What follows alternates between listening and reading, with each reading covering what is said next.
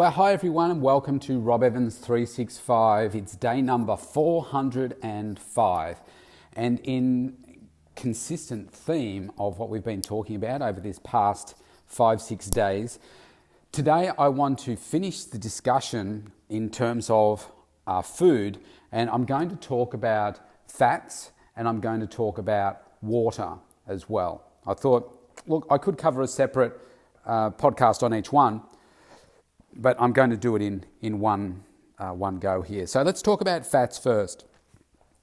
Actually, let's stop. How have you been going up to now? How are you going with your steps? Now, I wanted to check in with you today, particularly on the steps one. So that was what I said first. I wanted you to move more, 10% extra. Now, yesterday, being true to my word, I said I will commit to doing 10% extra steps. So for me, 11,000 steps a day. So normally I commit to 10. 11,000 steps a day for this next 7 to 10 days. So we're getting closer to the end of that. And when we get to the end, I'll tell you what we'll do from there. But yesterday was a real challenge for me. So up to this point, I can tell you that you can jump on Instagram and you can see the images, but I'll just jump in and I'll tell you what I have achieved over the last, just trying to think when we started this. I think we started it on Friday last week. So it was either Friday or Saturday, I can't remember. Let's just say it was Friday. So I did 11,272 steps on Friday.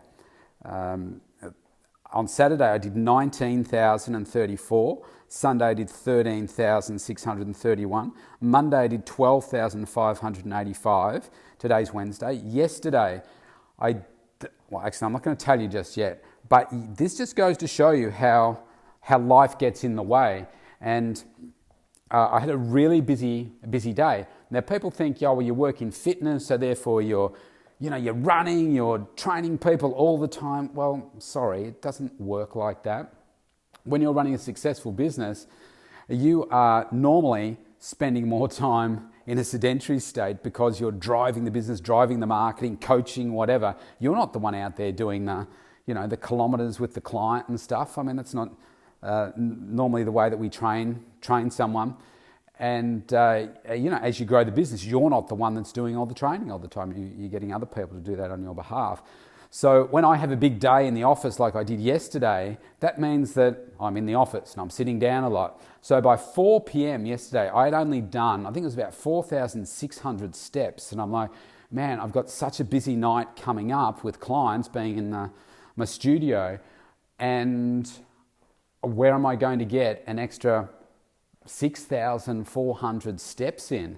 So I thought, right, I'm not going to worry about it later in the night. I'm going to do something about it right now. So what I did was I thought, okay, I've got these things to do around the house. So I did a little bit of housework and just with being with the kids and preparing meals and all that kind of stuff, doing some house chores. So there was that. I came into the studio, jumped on the cross trainer for 5-minute increments at different times. Was just focusing on moving more, getting more movement done in the day. And then by the end of the day, I got 12,300 odd steps done. Now that wouldn't have happened if I hadn't have made the decision to focus on it.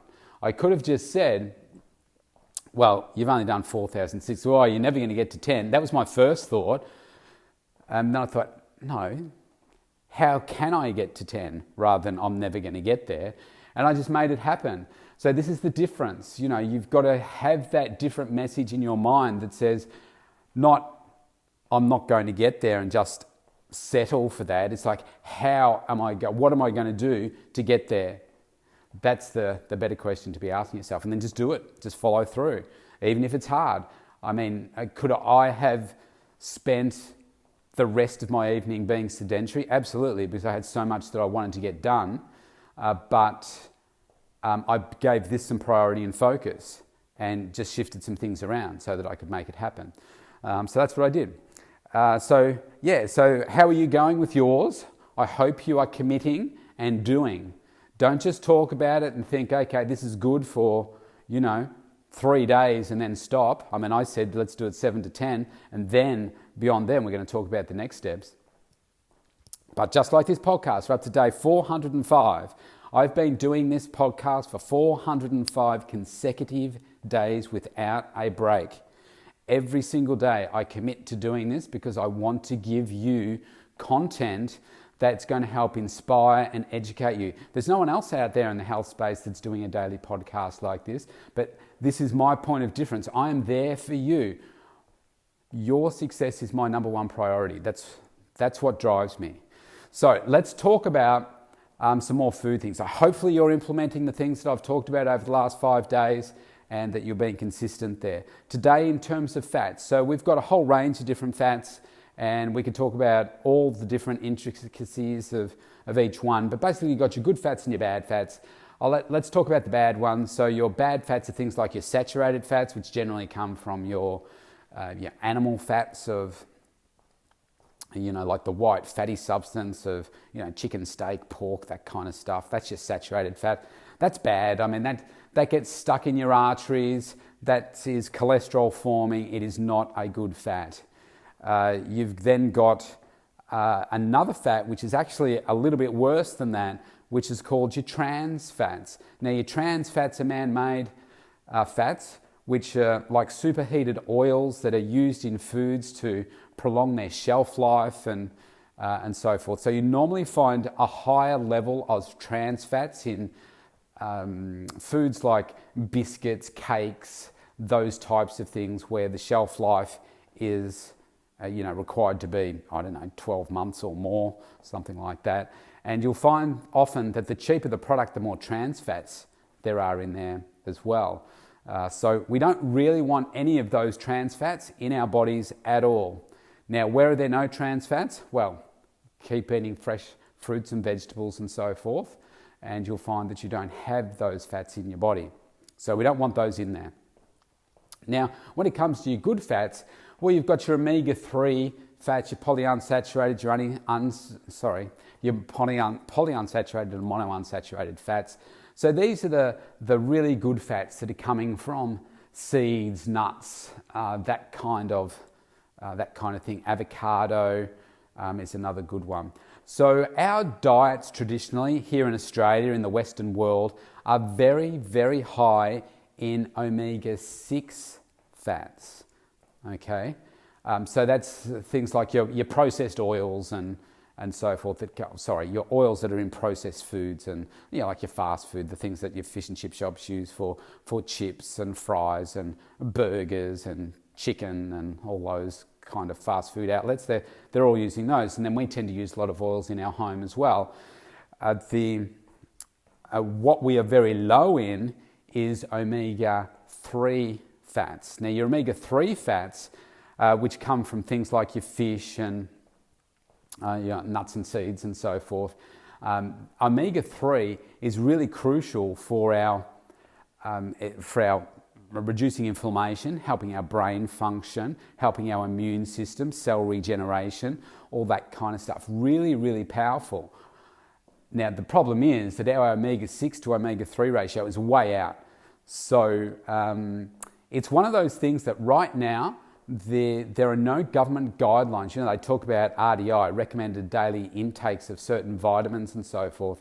No one will commit to how much it should be for omega-3 because it's a little bit of an unknown, I guess, and perhaps there hasn't been enough investment in that area to show what it is. But most people's omega-6 will be, it could be 2 to 3 times or more the amount of omega-3 that they're getting in. So we need to switch that around so you're getting in more omega-3 than omega-6. So I want to tell you about some of the key sources of those. So obviously fish. Fish is a great source, your richest source of your omega-3. Now, as a supplement, I eat fish a few times through the week, normally tuna or salmon or something like that. I might have that 2 or 3 times a week. The supplement instead of the fish is the fish oil. So your fish oil is fantastic. I take it every day, the fish oil, and it helps with all those things that I said before about your immune system, brain function, inflammation, immune system. Did I say that twice? But really, really great. And I've had some really good success with people that have come in with chronic arthritic conditions like knees and so forth, they go on to the omega-3, so your fish oil. Now, what I will say with a footnote here, if you're on any blood thinning medication at all, you do need to be checking with your GP or specialist before you're adding supplements to your daily nutrition plan, because there may be some side effects that you should not be having them. So your fish oil does have a slight blood thinning impact, so you just need to make sure that you clear that with your GP before you're starting anything, so just keep that in mind. But I've had people in these conditions that after using it for a period of time, just following the directions on the bottle, have been able to achieve some really great outcomes, reducing their pain, getting stronger and so forth. So we've got a good program where we help people do that with their joints and getting stronger with their training and so forth. So that's been another really positive side. Now, the other thing that your fish oil has that your fish doesn't is your I'm comparing that to your things like your seeds. So I'll talk about linseeds, flax seeds in a second. But the things that your fish oil has and fish that they don't, like your other seeds, is it has DHA and EHA, which I'm not even going to try and pronounce the long scientific name for those things. But this is why we take the fish oil, because it's got those supplements, those additives in there naturally for you, which give you some tremendous health benefits. So it's a really critical component. Now, not everybody can have fish oil for various reasons. So then we're looking for other, like some plant-based alternatives. Now, people say, I eat seeds and I eat plenty of nuts and stuff, so I get my good fats. Well, that is true. You are getting some good fats in there. But if I'm going to have seeds or nuts, I want to make sure that I'm getting really rich sources of omega-3 in there and not just traces of them, because they're not all created equally. And the richest source of the omega-3 plant-based food that we've got access to are your linseeds or flax seeds. So they come in the form of the actual seed itself, or flax meal, which is crushed up flax seeds.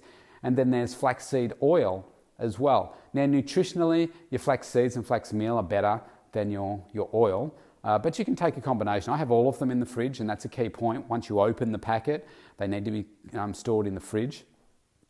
That's for the oil as well. And I add them to things like smoothies or salads, you name it. It's a really great one to help me consistently get omega-3 in through the day. And I would have to say that over the last 7 years, that is probably the one area that has changed the most for me. I would be sporadic with omega-3 in the past, mainly my fish oil, and now I have it with pretty much every single meal. I have it with, apart from my pre and post workout meals, shakes, my protein shakes. And I find that it makes a really big difference. And where I find that it is powerful, actually, it's winter now, freezing. I feel fit as a fiddle. Haven't been sick, even though others are sick around me. But I really do find that it helps strengthen my immune system. So that's another a good benefit for me as well. So it's all about getting the right types of fats in and not overdoing it, because again, remember that even though you've got your good fats and bad fats, whether it's good or bad, it's still got the same number of calories in it. Now, to put that in perspective, a gram of protein or carbohydrates has around, let's just keep it simple, 4 calories per gram. If it's fat, it has 9, so it's over double. So you can see mathematically, if you're having way more fats than you should, then the calories quickly add up. And before you know it, you've got to burn off a lot more calories because you've consumed a lot more if you want to reduce weight or maintain a healthy weight. So you've just got to be really careful of those things. So they're the ones that I suggest. Walnuts are also quite a nice one to have. But again, don't expect to be eating things like plenty of almonds and that kind of stuff and saying, oh yeah, my omega-3 is high because of that. Those nuts and seeds don't actually have a whole bunch of omega-3 in there. So just be mindful of that. So that's the way that I do it. That's the way that I recommend that it's done, and making sure that we're steering clear of the saturated fats, and sticking to when it comes to the fats, the good quality ones that are going to serve you. Because I guess honour my body the way that I do, when I'm putting nutrients in, I want to make sure that these are like the best quality nutrients that I have available to me. So I've talked about isogenics before. These are world class, the world's best supplements. And do I want those in my body? Yes, please. And that's why I feel so good, because they help give me that extra level of insurance in my body, because we don't know, I was talking about the nutrient value of food now. We don't necessarily know all about that. We know what's in the packets of these isogenics products. It's so well tested. Maybe we'll do another podcast talking about the quality and the science that goes into some of these products, or all of these products, another time. So that's the skinny, if you like, on the fats. Let's move forward to water. So when it comes to your water, I always talk about around 1.5 plus litres, 1.5 to 2 litres of water a day is normally a pretty good indication for most people that lead to a fairly sedentary lifestyle. Like if you take me today, I would have had, by the time I'm just about to have a drink, so I did a workout earlier. If I look at this, so this is sitting on 200, I will have had 1.5, I've already had about 1.8 litres of water today, and it's just after midday at the time of recording this. And so the day that I do a workout, I consume a lot more. I'll generally consume about 750 mils during a workout, by sipping it. And then I have my post-workouts and stuff. So actually with my pre and post workouts, I've probably done about 2 litres of water already today. But for most people, 1.5 to 2 litres is a good indication of how much you should be getting in. Clean, fresh water. There's more and more bottled water being drunk now. I mean, when I was a kid, bottled water just didn't exist unless it was fizzy. It was all just straight out of the tap. You will have your own perspective as to whether you want to drink tap water or filtered water or just bottled water. It's really a personal choice, I guess. They've added fluoride years ago to our water to help, the massive problem people were having with not looking after their teeth, and they thought they would take a more broader stance at helping improve people's teeth by adding the fluoride in there. There's some chlorine in there, I think, as well, to help keep the water clean and sanitized. I don't know what else is in there, probably chromium and all sorts of different things. So, it's really a personal choice. I find personally the tap water that we have here in the township that I live in is very good quality. I've never been ill from it. It's really good. If I travel to other places, then generally I'll stick with bottled water. If it's somewhere like a third world country, definitely bottled water, never anything else. If it's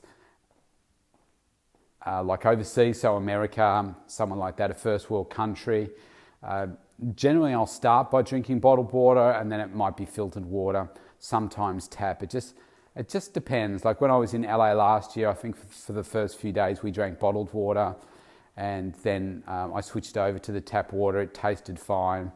It was okay, and it was just convenient, to be honest, because of how far away the place was where we had to get the bottled water. It was just ridiculous to carry it so far. So that or filtered water.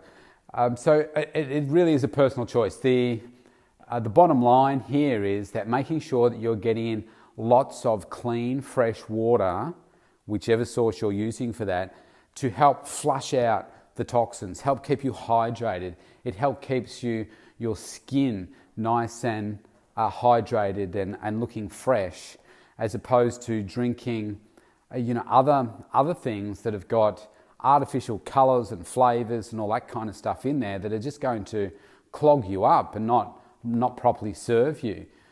So that's the difference. I mean, you drink lots of water and you feel fresher, you feel cleaner. You're cleansing your body naturally. You're going to the toilet more frequently. You're also, in combination with what I spoke about a few days ago about the plant-based food, when you're drinking this water, the weight of the food that you've eaten in this fibrous food will absorb 2 to 3 times its weight in water, just because of the nature of it being fibre.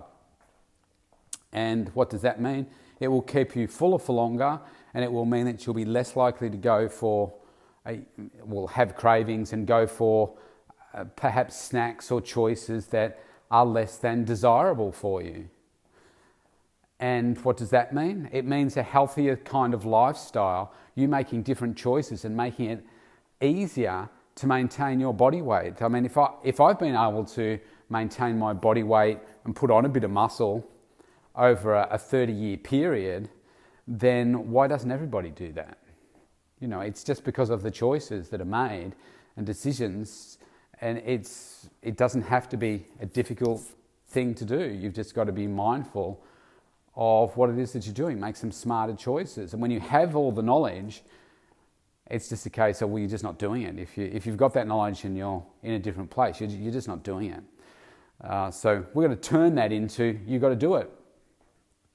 So the water's an easy one. And now, if you ever needed any more incentive to drink water, then I'm going to give you some. The first thing is, water is shown to be a fat mobilizer. What does that mean? It means that when you drink water, you're giving your body an opportunity to move fat out of your body. So I think that's a great reason to drink more water. Gee, if I drink more water, I don't have to do the exercise or whatever. If I'm drinking more water, that's giving my body a chance to flush out the fat, then I think that's an awesome opportunity. So let's use that one in the back of your mind. The next thing would be to say, well, all the air that we're breathing in, we can't see all the toxins that we're breathing in. We can't see them. But if we did an analysis of the air, you'll find that there's metals and all kinds of toxins and possibly chemicals in the air that we're breathing in, we're ingesting. Now, we don't know what's happening with all those ingested items. Some of them just go straight through your body. You know, they're eliminated through your body. But how do we know that maybe you breathe in, let's say something like your deodorant or an antiperspirant. So your antiperspirant, I don't understand why they do this, but there's generally in an antiperspirant, not a deodorant, but an antiperspirant is aluminium. So aluminium is supposed to help you stop sweating. I don't know how they work that out, but anyway, it's in there. Now, they're fine particles. Now, if you do a big spray and you can see, oh yeah, it's all white and misty from the spray, but then once it settles a bit, you can't see it, but there's aluminium, so there's metal in there. Now, let's just say that you ingest that, and how do we know that every part that you've ingested has been eliminated from your body? How do we know that there's not part that maybe gets stuck in your airway or in your bloodstream that then starts to form a cancer, or just sits there dormant for one day until maybe there's a big enough, I don't know, clot of them, combination of them, to start forming a cancer or something like that? I mean, we just don't know. So what we need to do is make sure that we're flushing stuff out of ourselves as frequently as possible. And I find that drinking your water is a great way of doing that. Obviously, there's the things like being hydrated, which may seem fairly clear on a hot day that you want to be hydrated. But from a sports performance perspective, I mean, we can survive without food for months, but we can't survive without water for very long at all. We need water. So it's our fuel for life. Now, it has a big difference to you compared to one of those sugary drinks or a juice or something like that. So that is the liquid of choice, water. Now, I guess I should talk about alcohol. So I personally don't drink. I never have. And look, there again, some science to show that drinking red wine, the resveratrol that is in red wine has got some antioxidant properties in there, and you could probably get away with having a glass of red wine a night and sleep soundly at night knowing that you're doing some good work here to rid yourself of oxidants in your body. So you're filling yourself with antioxidants, and that can be a good thing. Now, despite me knowing that, I'm not going to go out and start drinking wine. I know you have to acquire a taste for it. I just don't want to acquire the taste. I've sipped it before, and it's like, how can you drink this muck? But anyway, so you can do that. But any of the other sources of alcohol, generally speaking, are loaded with sugar and calories, and they're not going to serve your health. So I generally say, keep away from them. Look, I've had a number of clients before that have been either alcoholic or borderline alcoholic, or drinking a bottle or so a night, or half a bottle, and just wanting to cut down because they just feel that it's not good. It's a habit. It's not something that's serving them, they believe. So my tips are always to cut down with the aim of cutting out, as opposed to let's just cut out straight away. I think that's more achievable and sustainable for people, more realistic, rather than just saying, okay, you're not going to do that now. And kind of wean people off it is the approach that I take, and that seems to work for most people. When it comes to your fruit juices, the problem I have with the fruit juices is, like if you take an orange juice, there might be something like 5 to 8 oranges to make a glass of orange juice with an enormous number of calories, but you'd never eat 5 to 8 oranges. You're just squeezing the juice out of there, so getting all the sugar, the fructose out of there, and a lot of calories. So I'd rather you drink a glass of water and eat an orange. Do it that way than the other way around of creating a glass full of orange juice squeezed oranges. So that's my personal view there. I would rather you have a smoothie than a fruit juice. So I would say put like your cup of fruit in there, your protein and everything to make up your smoothie that way, rather than just juicing lots of vegetables. Not getting the vegetables in there. You're getting just the juice out of it. You're not getting the fibre of eating the vegetables and stuff. So that's my approach to that. So that's it today for fats and water. I hope this has given you some clarity, hoping that this will encourage you. So in summary, my tips are 1.5 to 2 litres plus of water a day, clean fresh water, every single day. And if you're more active, like if you're active and in warmer months, it might be more than that, like mine today. And when it comes to your fats, be very conscious of your omega-3 fats. I want you to take steps to cut down your omega-6 fats, so the oils that are in processed foods. So by now you should be replacing your processed foods with some wholesome food, so your plant-based food and just good quality food. And also making sure that you are getting in some omega-3. So getting in, whether it's your fish oil as cleared by your GP or specialist, and getting in serves of fish through the week as well, because it's got your good fats in there, as opposed to your steak, which doesn't have your good fats in there. It's got your bad fats in there. So we want your good fats. Good fats. All right, so have fun with this. And again, look to take action each day and say, okay, I'm going to take this step and then I'm going to implement it for the next 7 to 10 days. That's your goal with each of these steps. And speaking of steps, make sure you're moving more, get your 10% in, eat your plant-based food, keep going, keep pushing. And tomorrow, we're going to talk about exercise. All right, bye for now.